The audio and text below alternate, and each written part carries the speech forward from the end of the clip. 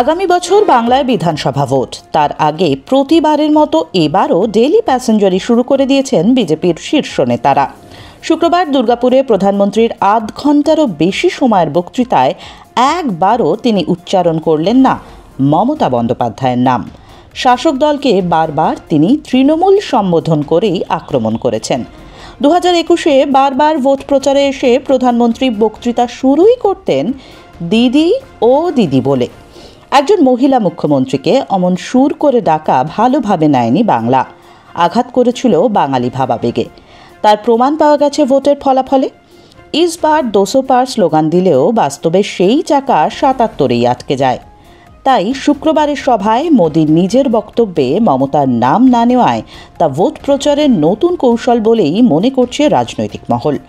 অনেকে তো আবার এও বলছেন আগের ভুল থেকে শিক্ষা নিয়েই এটা মোদির কৌশলী ও সাবধানী পদক্ষেপ। বদলে তিনি বিকল্প উন্নয়নের মডেল দেখিয়ে শ্রোতাদের মন ভরানোর চেষ্টা করেছেন।